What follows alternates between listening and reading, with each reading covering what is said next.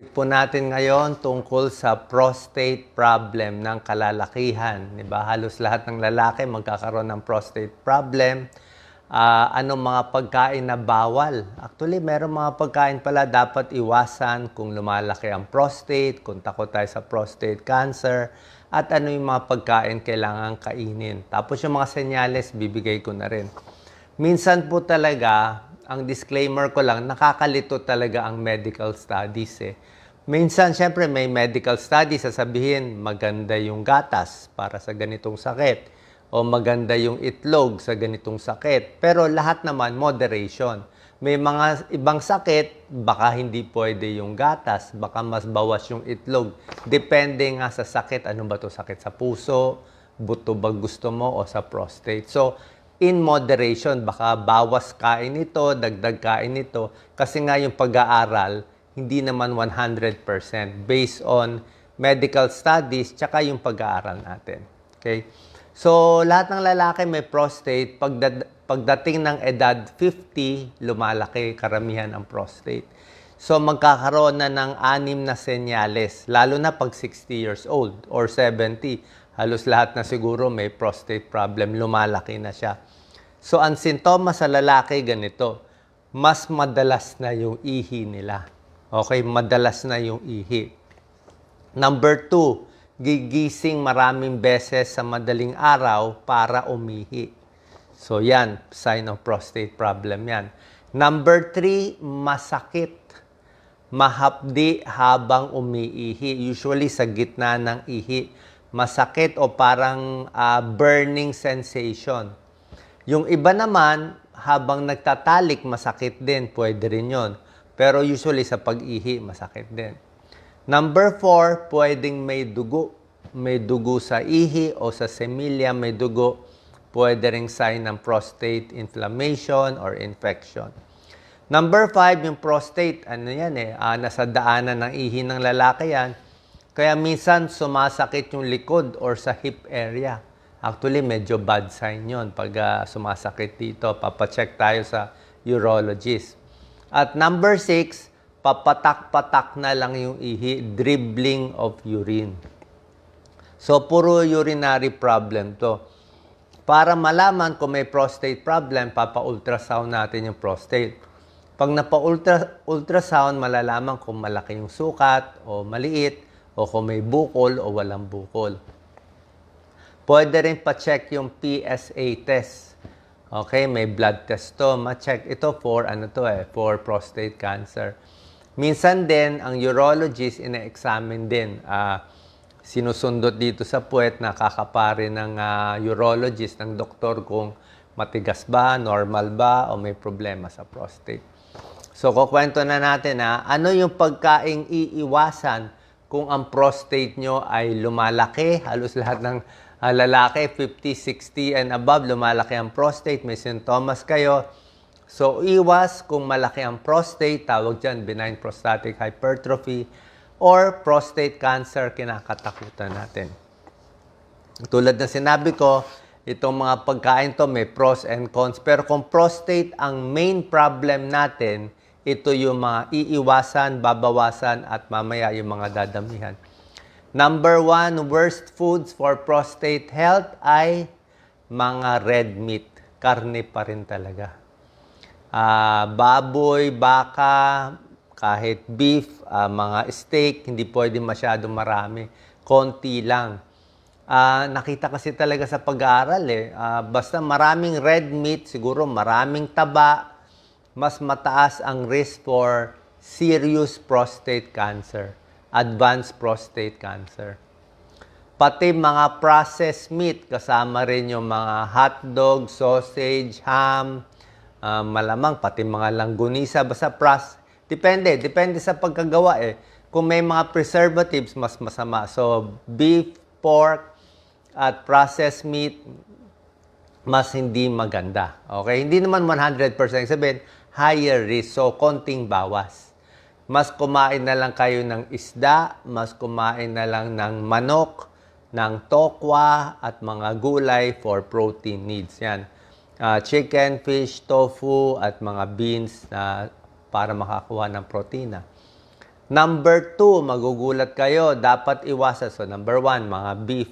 Number 2, dapat iwasan gatas. Alam ko, healthy ang gatas eh. Healthy ang gatas, pampalakas ng buto, pampalakas ng muscle, kompleto yung gatas. Kaya lang, kung takot tayo sa prostate problem, yung mga ang kalabang kasi taba eh.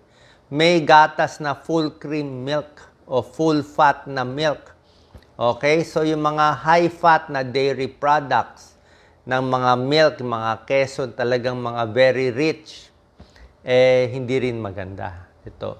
May pag-aaral, nakita nila pag malakas kumain ng mga full cream na dairy products, tumataas yung cancer risk ng prostate by 9%.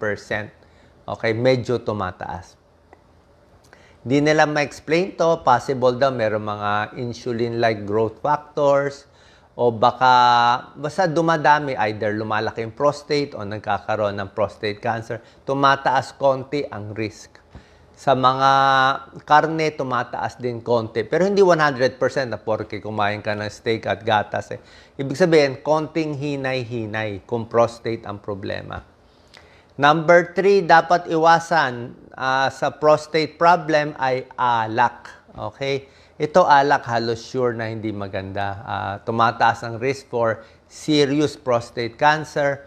May isang pag-aaral, 10,000 na kalalakihan pinag-aralan sa prostate cancer prevention trial. Nakita nila yung umiinom ng alak araw-araw.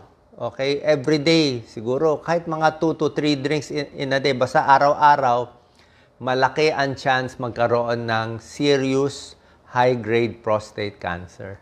So, bawas alak o tigil alak na lang. Mas maganda. Number 4, dapat iwasan, tulad na sinabi ko, mga fatty foods, diba? Mga prito naman ngayon.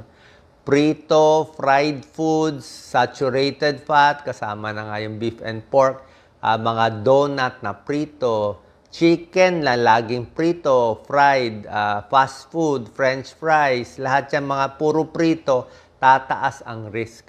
Okay?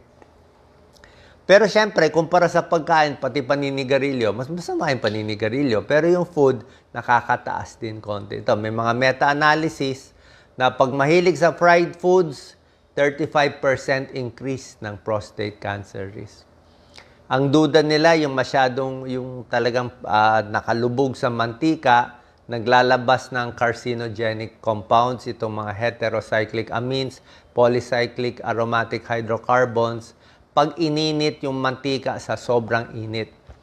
So, palitan to mga saturated fat, mas gusto nila yung mga olive oil, mga avocado, mga nuts, mas okay. Pagdating pala sa gatas, kanina, pwede nyo palitan yung gatas. Gawin nyo na lang mga coconut milk, gata, a little better. Soy milk, almond milk, cashew milk, ibang milk na lang. O kung gatas gusto, low-fat milk dapat. Number 5 na dapat iwasan sa prostate problem, high sugar, high glycemic index, yung mga sobrang tinapay, pastries, mamantika, fried foods, yan, mga high glycemic index. Yung mga nakakataas din ng diabetes. So, dapat mas prutas, mas gulay kakainin. Yung mga processed foods, mga sa supermarket, yung mga matatamis, kasama lahat yan. Kailangan more fruits, more vegetable, more whole grains, mga wheat bread, brown rice. Number 6, dapat bawasan, pag may prostate problem, spicy foods.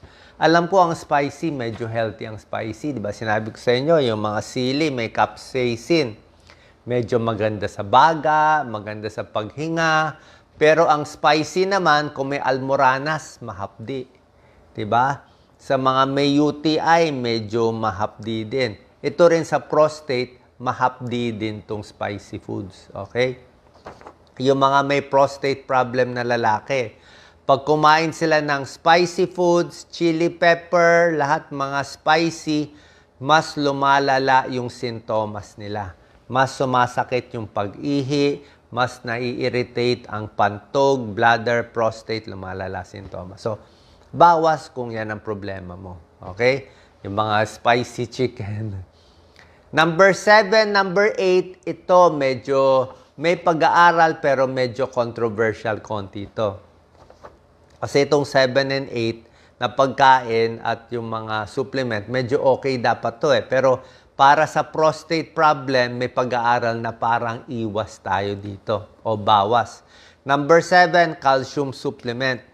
Alam ko, kailangan ng calcium supplement, di ba? Pag babae na osteoporosis, kahit sa lalaki, ako, meron ako mga calcium ininom. Paminsan-minsan, actually, calcium supplement ko, mga twice a week lang ako umiinom. From time to time, o mas maganda yung calcium mo, kunin mo sa green leafy vegetables, sa mani, o mga calcium, yung mga ito, mga almond milk, meron din yan. Pero yung calcium supplement, may ilang pag-aaral, nakita nila, medyo tumataas yung risk for prostate cancer. Okay? Hindi malinaw bakit. Pero kung maraming calcium, parang milk, maraming calcium, medyo ayaw nila. So, hindi natin sure bakit. Eh, yan ang sinasabi ng pag-aaral. So, ibig ko na sabihin, ingat na lang sa calcium supplement sa mga lalaki. Doon na lang kunin natin sa gulay, sa mani, tsaka calcium fortified foods. Okay? Hindi pa naman 100% to eh. Number 8, itlog. Okay? Katulad ng itlog, very controversial. Sinabi ko sa inyo, healthy ang itlog, may protina yung itlog. Diba? Yung egg white, walang problema. Ang issue natin, yung egg yolk eh. Yung egg yolk, medyo hinay-hinay kung may cholesterol. Mataas ang, may takot kayo sa sakit sa puso. Diba? Pero kung mahirap, walang makain, kailangan mo ng murang protina, pwede kumain na itlog. 1 to 2 eggs a day. Sa tingin ko, kung healthy ka, walang problema yan. Kung walang pera, kailangan mo pampalakas. Pero, yun na nga sinasabi ko, pag heart problem or cholesterol problem, mga 3 to 4 eggs per week lang. O kundi, egg white lang. Eh ngayon, may pag-aaral din sa prostate. Ang ayon sa pag-aaral sa prostate, pag kumain ng 3 itlog kasama yung egg yolk, 3 eggs per week, parang, okay parang allegedly tumataas yung serious prostate cancer. Medyo may isang pag-aaral nakikita bakit tumataas yung risk for prostate cancer. Although, nilagyan ko ng malaking question mark tong egg kasi hindi pa sigurado eh. Doon kasi sa study, medyo may problema din. Nakita nila, yung mahilig kumain ng itlog ay mas matataba at mas hindi rin nag-exercise. So, baka yun ang factor. Baka mataba sila, hindi nag-exercise kasi risk factor din yon.